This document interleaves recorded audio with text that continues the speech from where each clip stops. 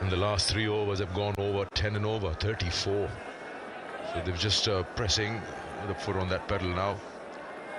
68 this partnership, and it's looking good. And as we discussed earlier, that's the Mitchell has a liking towards Pakistan bowling attack. He gets a lot of runs against them. Mitchell has scored 40 or more twice versus Pakistan on both occasions. He's put up 100. We discussed this earlier, if you just joined us, that he's played 8 innings before this against Pakistan. 7 of them in Pakistan. He's got an average of 50. And the 200s are in that. Mitchell, I think the ability to identify that what is normally gone as a dead period in cricket, he's taken to it as an attacking option. Very often, from a bowling perspective, you expect things to unfold a certain way, but he's identified it as an opportunity to score and to be a little bit more aggressive.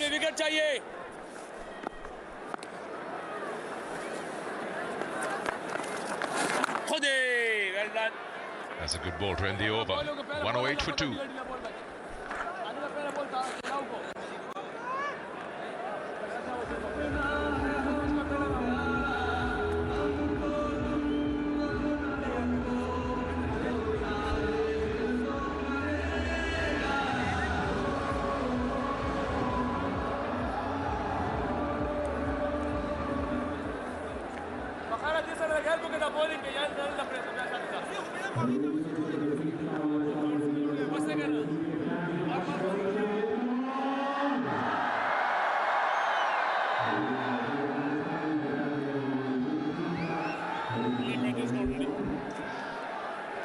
The bowling that Pakistan have featured 5 of them. We were talking about this a while ago, that the role definition of each bowler.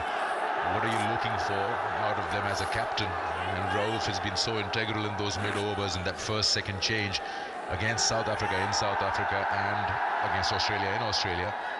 He just shared that numbers that he bowled 22 overs overall in that and took 7 wickets.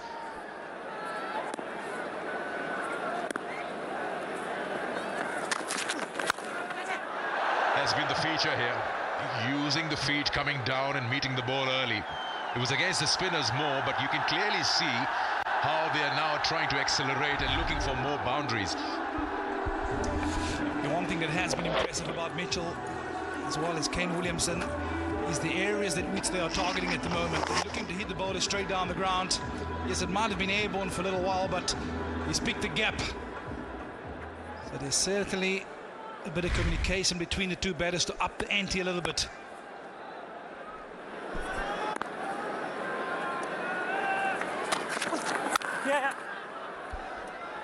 You were talking about you being the bowling consultant not so long ago, and the fast bowlers, and you saw them back then and now.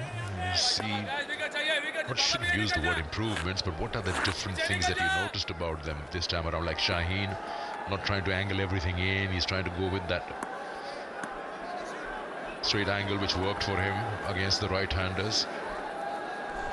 Yeah, I was a massive fan of that in-swinging delivery from Sahin Sarfredi. I think the one thing that really stood out about working with him was the consistency. I think that was the only area which he lacked in. But there's so much in terms of natural attributes to work with. And I think the only thing for me with the Sahin Sarfredi was that control. I think also the way that he trained, perhaps overtrained from time to time, where sometimes you get into the match and he was a little bit below par in terms of energy. But it's good to see him refreshed. He's gone away, taken a bit of time away from the game to work on his fitness, to work on bowling those spells. 50 over cricket, of course, it's not just 4 overs, so you've got to bowl longer spells. But he's had a good start to this match so far. But I think just an overall observation from the Pakistan team's perspective, I'm a massive fan that whilst they've got natural pace, it's the skill set that you need to wonder about and to work on. This is how he's gone this morning. Picked up the wicket in his first over. The one that just angled across the right-handed Young. But it was an excellent length. As an opening batter, you know, and you are aware of the one coming back, so you are almost forced to play that.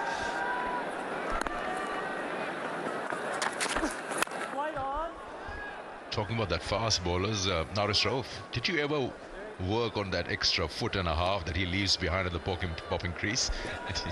Must have had a chat about that. Yeah, absolutely. But I think for him personally, it was a massive concern that he would be too tight on that line, and he was always so aware of bowling no balls that he said, "Coach, just leave me. I'm comfortable, you know, being a foot behind the line." But yeah, you certainly feel that if he can get it right, he can get an extra yard of pace.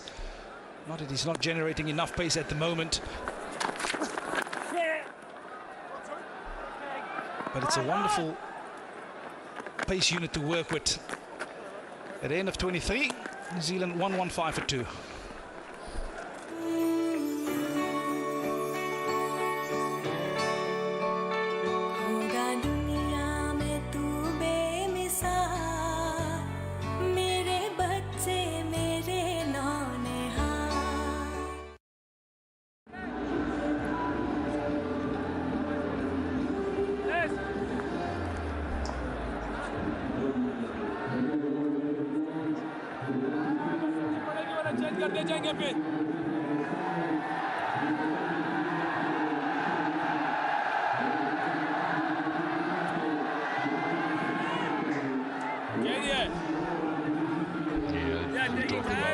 Good average speed, maintaining it around 140.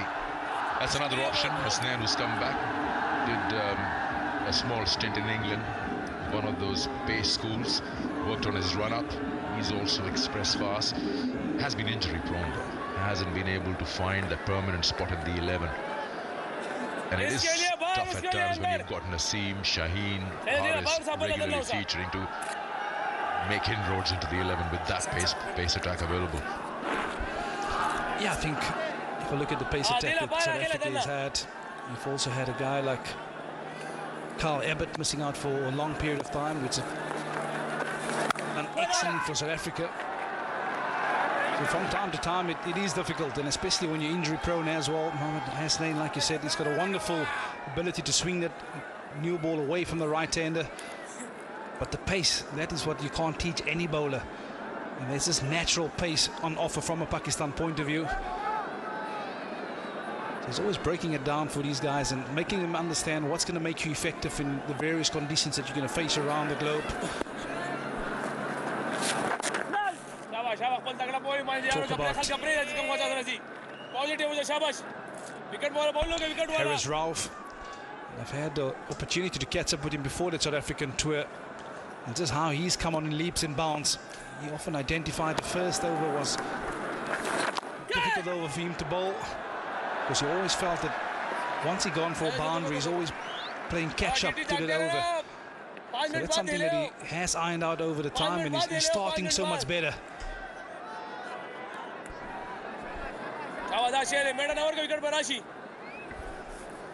It's good to have those options if you've got someone like Hasnain on the bench. You feel secure as a captain that you've got plenty to choose from. Hasnain, in the recently concluded Champions One Day Cup, became the bowler of the tournament. That is after that pace school, so did work for him. You clearly see more rhythm. It was not all over the place. It wasn't just about pace. There was something behind that. And with 5 bilateral series lined up in the year, you can always rotate them and give some rest. Yeah, and I know I'm harping on the fact that these guys must play a lot more first-class cricket, and that's to get used to your accent. Very often, when things go wrong, they don't know how to rectify themselves, and that's where the problem starts creeping in. It's an excellent shot from Williamson. Did he pick the gap? Yes. Couple of bounces, and into the rope it goes. Another excellent over for New Zealand. 121 for 2. Match की फिक्र छोड़ो और अभी फिक्र free app download करो।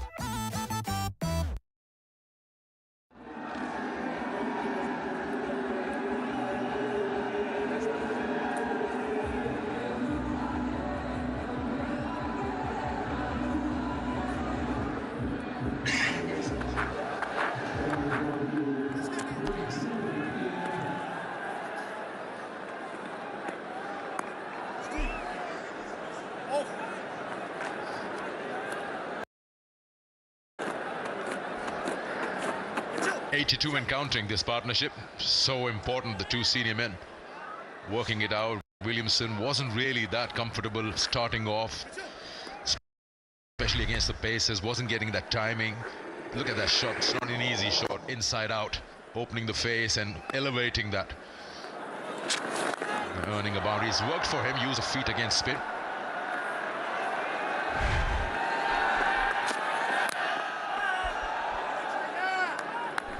Yeah, bowling change for Pakistan. Sain Safri back into attack. And this will be to pick up a wicket, because this partnership is just starting to threaten a little bit. Excellent shot from Williamson. The key to that shot is that he didn't look to overhit it.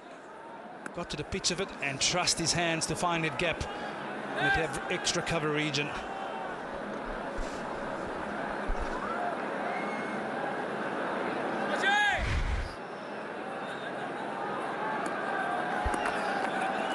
The other thing in recent times they've been trying to work on is, or has been noticed, is they've not been able to eliminate the tail. Happened recently in South Africa. Took 8 wickets, couldn't catch up. And against the West Indies again. Number 9 and number 10 or number 8 coming in, scoring 100 between them.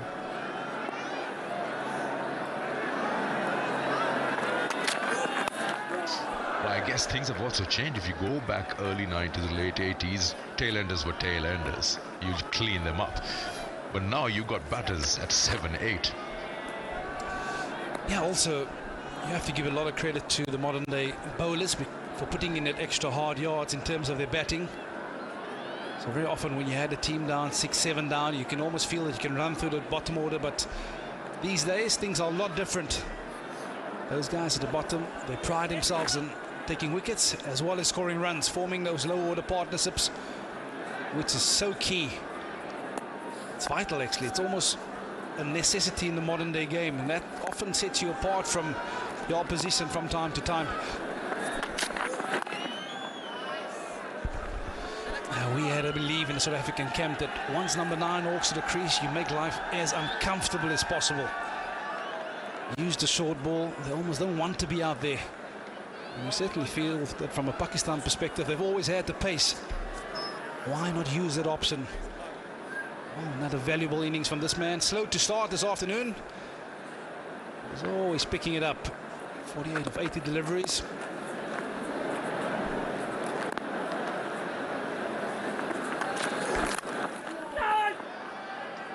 Yeah, I can't really remember full-blooded Yorker into the toes. It was such a regular feature back then. Yeah, I remember the great Alan Donald. Might not have been applicable to me, but certainly to the likes of Dale Steyn and Morne Morkel.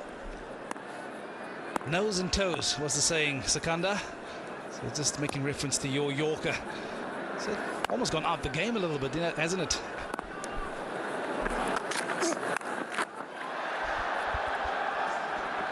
That should be a boundary, and that should also be the 46th 50 going to Kane Williamson's name. As you mentioned, he started off a little slow, but he's a man who exactly knows what needs to be done. 8th versus Pakistan. Yeah, and this is what experience does. No matter the start, he knows the processes of getting himself in, and he's picked himself up another half-century against Pakistan. It's a short ball from Sain Safri, but he had so much time to adjust as to where he wants to hit it. Appreciation from the changing room management.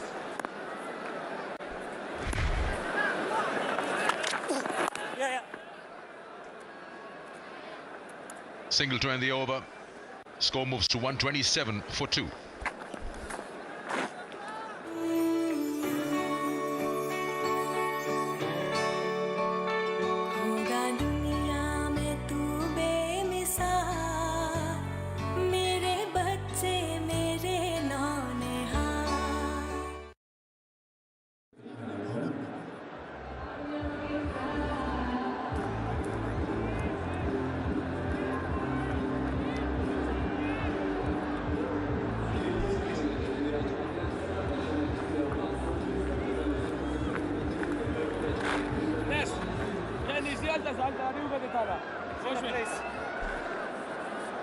Given some respectability. After losing 2 quick wickets, they've managed to put on 88 between them, Williamson and Mitchell.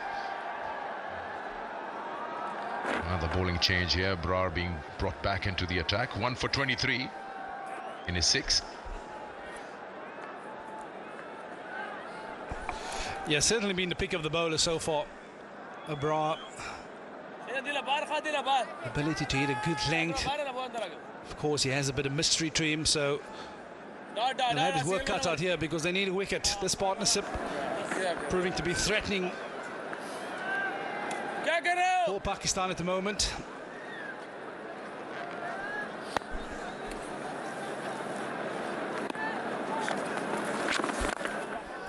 You mentioned a while ago about while working with the Pakistan pace battery, your emphasis was about more first-class cricket. Spend time out there and get those corrections if there are any.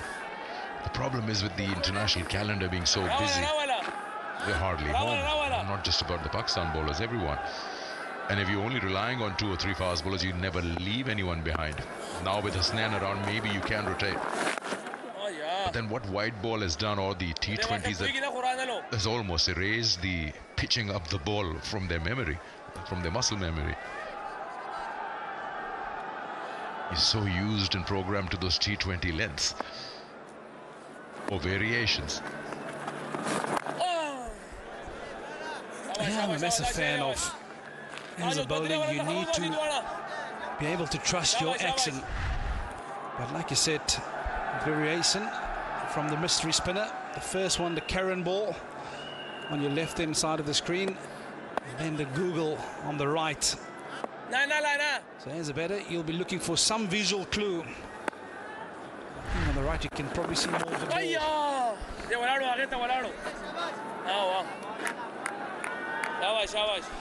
Yeah, like I say, you want to be able to trust your action. That happens over time, but with the modern day fixtures, like you've just mentioned, it's almost impossible to be bowling those big overs in nets in the first-class match.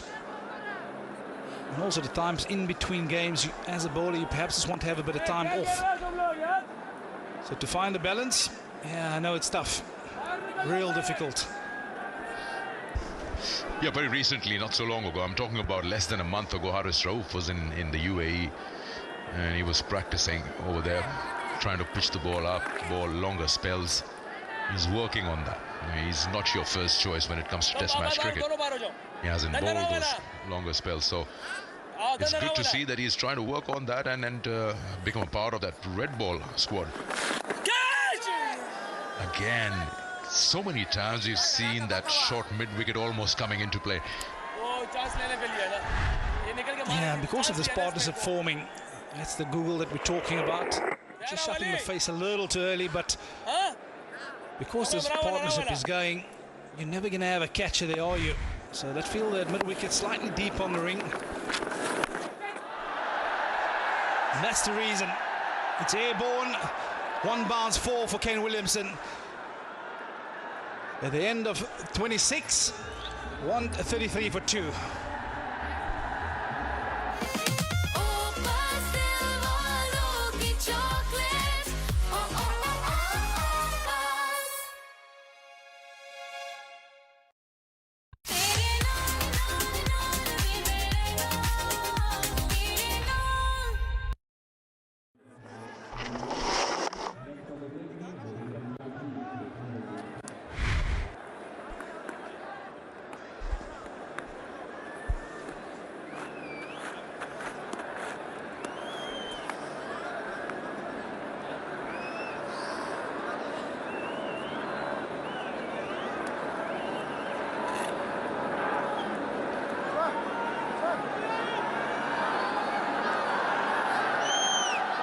Men to come.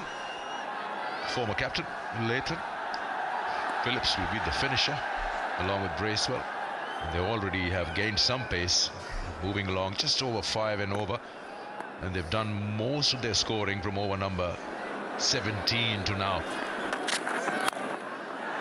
Oh, that was very close. I think it didn't carry. It was just right there. Couldn't get his fingers underneath.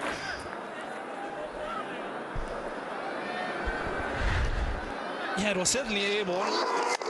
But the question is, did it fall short? Yes, comfortably short of that cover fieldsman. So just a couple of false shots in the last couple of overs from these two New Zealand batters. As a partnership at the moment nearing 100, 95 of 112 deliveries. Vital and important runs these for New Zealand. Yes, straight away the finger goes up. The partnership has been broken, finally. 95 between them. Kane Williamson just poking at that, gets a fade edge.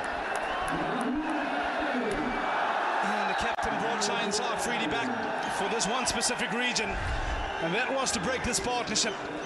It was around the wicket, but he has the wonderful ability of getting the ball to leave the right hander, even with the angle coming back at him. Yeah, he knew straight away. And for the second time in the game, it's a massive wicket for that Manning picture. Getting rid of the dangerous Kane Williamson. Well, Williamson, he goes for another half century.